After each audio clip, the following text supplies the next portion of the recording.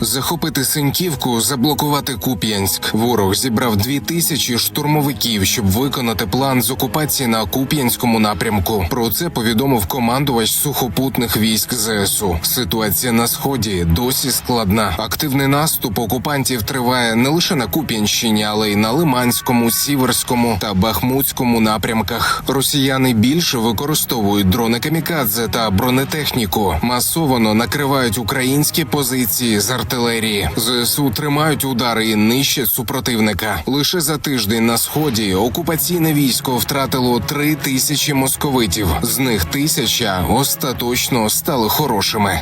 Як змінився ворог від початку великого вторгнення? Про це командувач оперативно-стратегічного угруповання Таврія Олександр Тарнавський говорив в інтерв'ю BBC Україна. Відверто, да, росіяни дуже гарно вчаться. На наших помилках, на своїх помилках. Но чим беруть росіяни? Росіяни беруть своєю кількістю, своїми масами, людськими масами.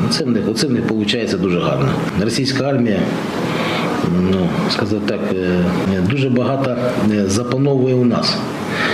Вчиться від наших засобів, швидко навчається і адаптується, копіює ті наші дії, які у нас більш ефективніші. Дуже схоже почали проводити атаки групами відділення, взвод, за підтримкою 2, максимум 4 бронемашини. Звичайно, залишаються і масовані піхотинці, так звані м'ясні штурми. Але в них є і, як би сказати, і недолік – це величезні втрати живої сили. І втрати у них, я скажу, 3, 5, а то і більше на деяких ділянках. Навіть катастрофічні втрати не зупиняють окупантів. Цю помилку в стратегії ЗСУ визнав і головнокомандувач Валерій Залужний. Але іншого шляху, ніж і надалі знищувати і живу силу, і техніку росіян, немає. І у 2024-му перед Україною постануть не менш складні завдання, ніж цього чи минулого років. А можливо, і ще складніші, говорить Тарнавський. Адже війна має йти до свого завершення. Я думаю, що наступний рік він буде, можливо, ще тяжкіше, тому що я думаю, що ми все-таки повинні закінчувати ведення бойових дій і звільнення наших територій. І чим ближче до виконання цього завдання, головної мети вийти на наші, так сказати, кордони, воно буде ще тяжкіше. Ворог про це знає і буде творити все для того, щоб ми це питання не виконали. Тому що, як кажуть, знаєте, нам удачі, а їм вони вибір свій зробили. Хоча я кажу, що рік буде тяжкий, на мою думку.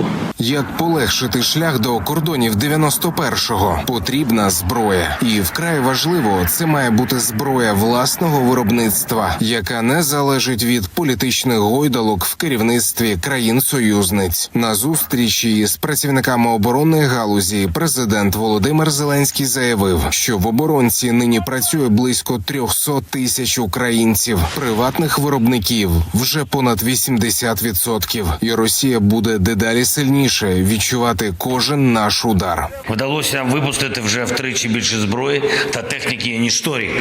Є дуже вагоме зростання по виробництву боєприпасів, зокрема для артилерії. Україна на системному рівні розгортає виробництво таких надзвичайно потрібних речей, як боєприпаси для наших вітчизняних дронів. Важливі результати є в виробництві наших ракет. Кількості та якісні показники щодо ракет вже відчутно більше і будуть ще більше. І ще більше спалених російських танків. За час повномасштабного вторгнення Росія втратила близько 6000 панцерників на полі бою. І понад 500 з них упродовж лише цього року знищили бійці Служби безпеки України. СБУ палять ворожі танки і дронами, і ракетними комплексами. Серед найбільш ласих цілей новітні Т-90 та Т-90М вартістю $5 мільйонів.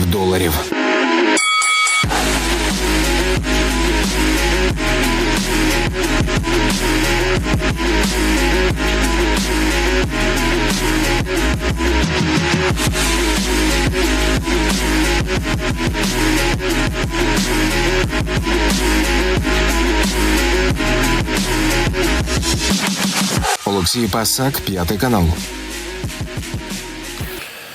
У Черкасах розпочинають цикл тренінгів з військової підготовки для цивільних. Навчають, як захистити себе та близьких в умовах війни. Курс розділили на кілька занять. Це основи поводження із зброєю, тактична підготовка та медицина, саперна справа та пожежна безпека. Як вчать цивільних правильно реагувати на надзвичайні ситуації, бачила наша Яна Лимаренко. Клав підключичну ямку. І тепер виніс зброю, вище підніми. Вчаться тримати зброю та цілитись. Таке перше практичне завдання для черкасців на навчаннях із поводження зі зброєю. На перший погляд просте завдання, а виявилось зовсім не з легких. Ці всі правила написані кров'ю. Якщо зброя використовується правильно, вона не несе шкоди ніколи. Ні вам, ні вашим побратимам, ні вашим близьким.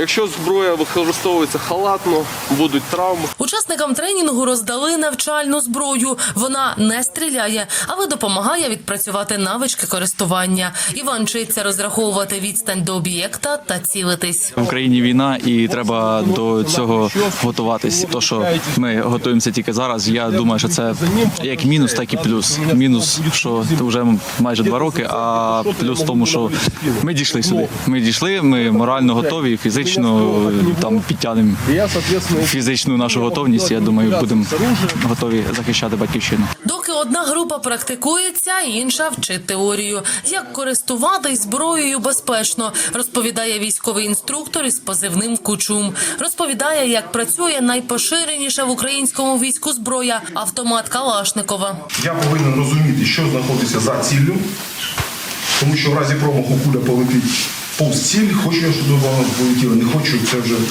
я вирішую.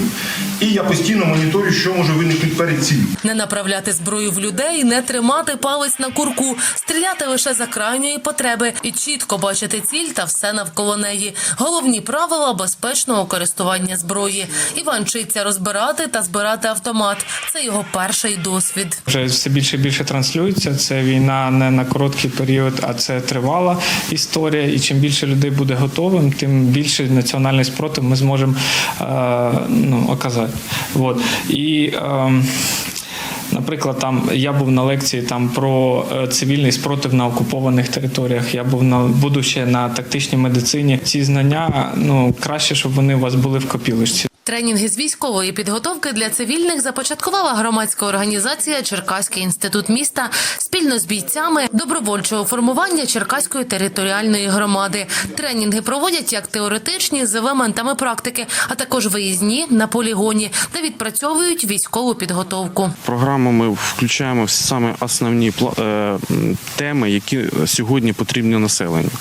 Це вміння користуватися зброєю, правила поводження зі зброєю, це пожежна та цивільна безпека в умовах надзвичайного стану, тактична медицина, це мінна справа, що потрібно робити людині, якщо вона знайшла вибухонебезпечний предмет, що потрібно робити людині, якщо потрібно терміново надати допомогу потерпілому в разі, скажімо, приліту безпілотного літального апарату або приліту якоїсь там ракети.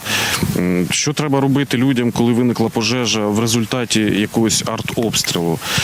І ми сіли і визначили ці теми, саме такі на сьогоднішній день, я вважаю, край потрібні. Щоб взяти участь у навчанні, треба лише зареєструватися у соцмережі на сторінці Черкаського інституту міста. До тренувань допускають усіх охочих. Яна Лимаренко, Олександр Лісовий, Черкаси, 5 канал.